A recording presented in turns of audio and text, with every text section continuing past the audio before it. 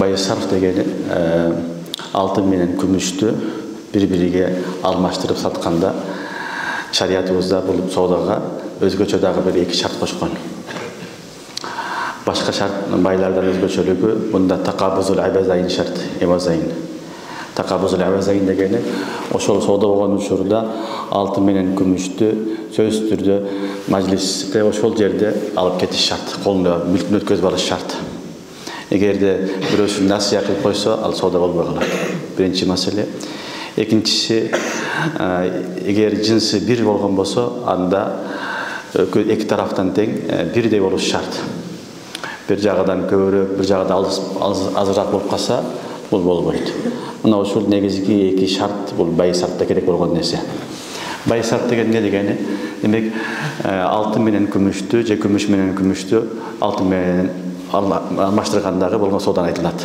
Эгерде алтын менен алтынды алмаштырсак, анда килограммы, граммы бирдей болуш шарт. Мисалы, 1 килограмм алтын бердиңиз, экинчи тараптан дагы алтын берип атса, экөөнүн бирдей болушу шарт. 1 килограмм, 1 килограмм. 100 грамм, 50 грамм ашыкча болсо да болбойт. Бир аз ашыкча болсо да болбойт. Себеби булар жинси бир болгон себептүү бирдей болуш шарт. Биринчиси. Экинчиси, ошол жерде эки тараф байы, муштари ошол саманды, акчаны алып кетиш керек. Алтынды, күмүштү колго алып, кабза кылып алып кетиш керек. Бирөөсү мен эртерээк, кийинирээк беремин, 1 сааттан кийин берем, же эртеге берем десе болбойт.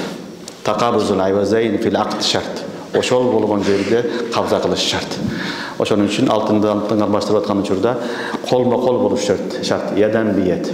Алтынды бересиң, тигиден алтынды аласың. Көбүнчө алтын саткандар ушундай кылат. Кээде баягы заргерлер иштейт. Бир тараптан алтын берет, куйма, экинчи тараптан жасалганын берет. Ал учурда дагы сөзсүз түрдө колмо-кол болсун. Бул алтынды берсин, куймасыны, тиги адам колуна жасалганын бериш керек. Себеби бул бай сарфта алтын менен күмүштү өзгөчө маселе, жинси бир болсо бирдей болуш шарт. Ал эми жинси башка болсочу, мисалы, алтын бир тарафынан, экинчи тараптан күмүш. 1 килограмм алтынга 10 килограмм күмүш сатып атат. Мисалы, бул жайыз. Тафазул жайыз. Жинс башка болгон себептүү алтындын жинси башка, күмүштүкү башка, ошон үчүн бул бай соода дурус боло берет. Бирок мында дагы насия болбойт. Колмо-кол болуш керек. Тафазул жайыз, ашыкча кем менен сатса боло берет. Бир тараптан алтын азыраак болуп атат, күмүш көбүрөөк болуп атат. Жайыз, бирок колмо-кол болушу шарт. Насия болбош керек. Насиясы нажайыз болуп калат. Түшүнүңөрбү? Мына ушуну бай сарф деп айтылат. Бай сарф деп айтылган маселе ушул китептерде көп келет. Бул ошол алтын менен күмүшкө гана тиешелүү маселе. Алтын менен күмүштө эгер жинси бир болсо, эмне кылыш керек? Ошол жерде бирдей болуш шарт, жана насияда болбош керек. Эгерде жинси башка болсо, насиясы болбойт, бирок ашыкча менен сатса болот. Бир тараптан алтын азыраак, күмүш көбүрөөк, бул жайыз. Албетте, бай сарфта хыяры шарт болбойт. Биз өткөн сабактарда айтканбыз, буюуда, соодада ыктыярлар бар. Хыяры шарт, хыяры айып деп. Ошолордун ичинде хыяры шарт бай сарфта болбойт. Нажайыз бул шарт.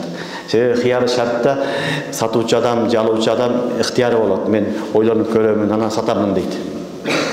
Түшүнүңөрбү? Мында эмне болду? Соода насия болуп калып атат. Ошол замат өткөзүп берген жери жок. Ошон үчүн хыяры шарт болбойт. Албетте хыяры айып, хыяры руя акысы бар. Алтынын жакшы эмес экен деп айып чыгып калса айткан акысы бар. Же болбосо көрө элек болсо көргөнгө ыктыяры бар. Бирок хыяры шарт кыла албайт, себеби хыяры шарт бай сарфка тиешеси жок. Аны менен бай насия болуп калат да, соода болбой калат.